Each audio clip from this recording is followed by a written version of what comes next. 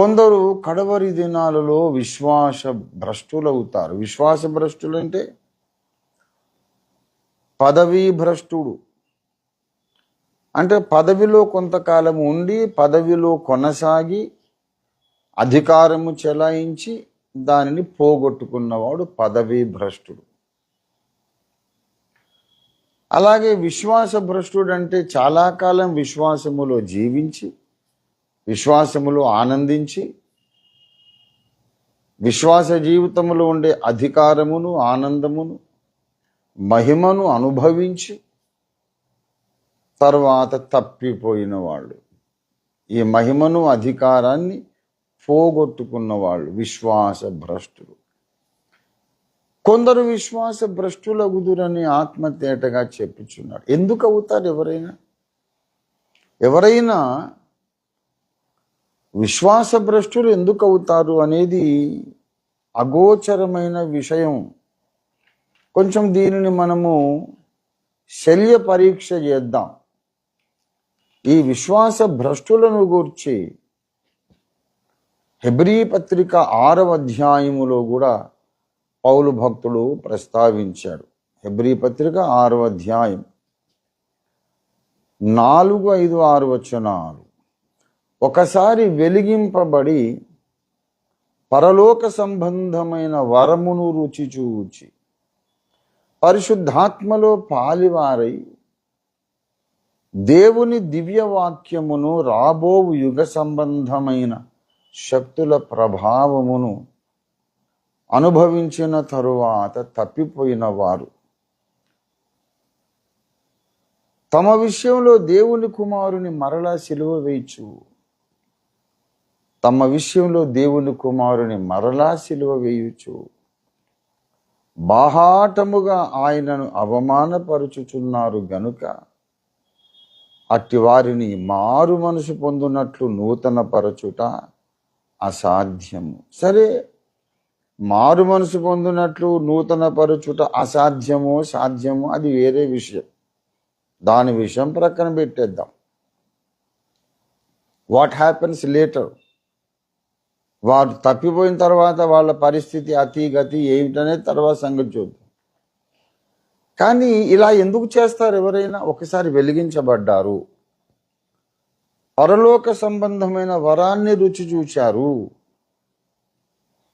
మూడవదిగా పరిశుద్ధాత్మలో పాలివారైనారు, నాలుగవదిగా దేవుని దివ్యవాక్యమును అనుభవించారు, ఐదవదిగా రాబోవు యుగ సంబంధమైన శక్తుల ప్రభావాన్ని కూడా అనుభవించారు. ఇవన్నీ అనుభవించిన తరువాత తప్పిపోయినారట. మాకు యేసు అక్కర్లేదు, ఈ రక్షణ మార్గం అక్కర్లేదు అని తప్పిపోయారు. ఎందుకు ఎవరైనా తప్పిపోతారు? ఈ లోక సంబంధంగా ఎవరినైనా ఒక ప్రధానమంత్రినో ముఖ్యమంత్రినో చేశామనుకోండి, నాకు ఈ ప్రధానమంత్రి ముఖ్యమంత్రి పదవి అక్కర్లేదు అని నిష్కారణంగా దిగిపోతారు ఎవరైనా. మరి వీళ్ళెందుకు దిగిపోతున్నారు? ఒక్కసారి ముఖ్యమంత్రి సీటు మీద కూర్చున్నవాడు, ప్రధానమంత్రి సీటు మీద కూర్చున్నవాడు ఆ కుర్చీని గట్టిగా పట్టుకొని వేలాడతాడు. ఎట్టి పరిస్థితుల్లోనూ ఈ అధికారాన్ని నేను వదులుకోను, ఈ అధికారాన్ని నేను పోగొట్టుకోను అని గట్టిగా పట్టుకుంటాడు. మరి వీళ్ళు అంతకు మించినటువంటి క్రైస్తవ జీవితాన్ని ఎందుకు వదిలేస్తున్నారు అనేది ప్రశ్న. ఇది చాలా లోతైన విషయం. మొన్న పేరు చెబితే బాగుండదు కానీ అనేక మంది సహోదరులు నాకు చెప్పారు, సడన్గా ఏదో నా ప్రసంగాన్ని వింటూను నా పాట వింటూను ఉన్నట్టుండి ఏదో ఒక శక్తి వచ్చి మాట్లాడుతుందట. ఇట్లాంటి వాడిని బ్రతకనివ్వకూడదు, నేను చంపేయాలి, ఎలాగైనా చంపేయాలి. నిష్కారణంగా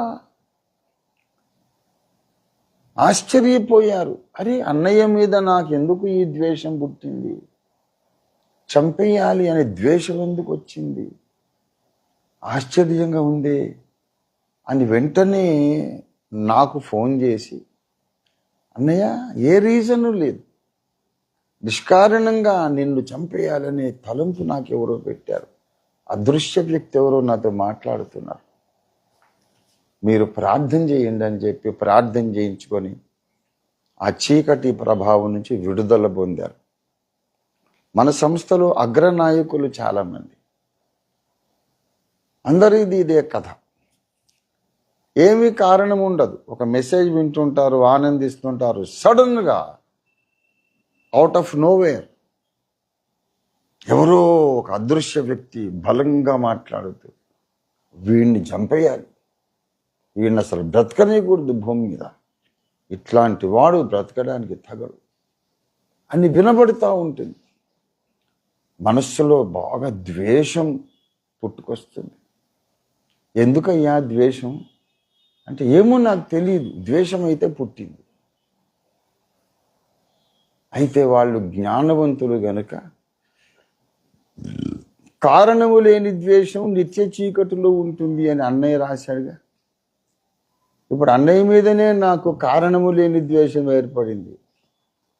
అంతే అంటే ఇది నిత్య చీకటిలో నుండి వచ్చినటువంటి ద్వేషం అన్నమాట. కాబట్టి దీన్ని నేను రానివ్వకూడదు.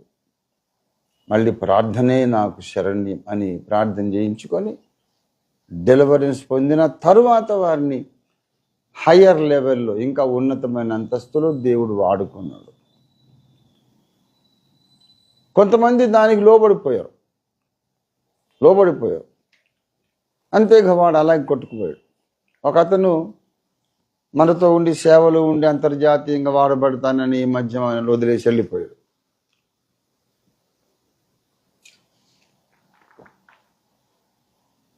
ఆయన అంటాడట, మన విజయనగరం జాషువాతో అన్నాడట, మీరు ఆయనను భజన చేయడం కాదు, ఓఫీర్ గారిని భజన చేయడం కాదు, ఆయన పుస్తకాలు చదివి బాగుందనుకున్నంతసేపు మీకు బాగానే ఉంటుంది, ఒక్కసారి నెగటివ్గా ఆలోచించి చూడండి, ఆయన పుస్తకాలన్నీ మీకు వేరుగా కనపడతాయి, ఒక్కసారి నెగటివ్గా ఆలోచించి చూడు ఒక 5 నిమిషాలు అన్నాడట. జాషువా అన్నాడు, అసలు నెగటివ్గా ఎందుకు నేను ఆలోచించాలి,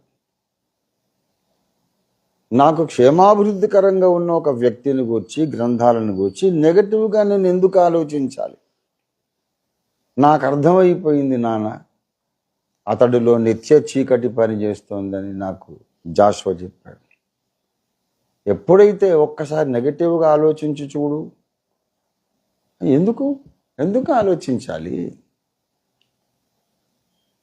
లూసిఫరు యెహోవా దేవుణ్ణి గూర్చి నెగటివ్గా ఆలోచించాడు. కోరహు, దాతాన్, అబీరాములు మోషేను గూర్చి నెగటివ్గా ఆలోచించారు. ఇస్కరియోతు యూదా యేసు ప్రభువుని గూర్చి నెగటివ్గా ఆలోచించారు. ఇవాళ దేవుడు వాడుకునే దైవజనుని గూర్చి అనేక మంది నెగటివ్గా ఆలోచిస్తున్నారు. అది ఎంత ప్రమాదమో తెలుసా? దయచేసి గమనించండి.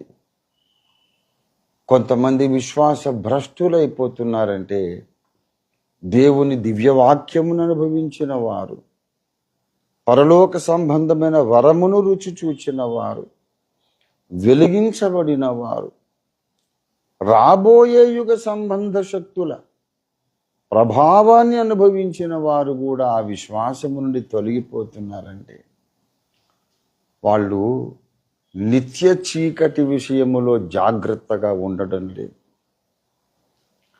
జాగ్రత్తగా ఉన్నవాడే పరిశుద్ధుడు. ఈ మాట జ్ఞాపకం పెట్టుకోవాలి. నేను దేవుని విశ్వ ప్రణాళిక అనే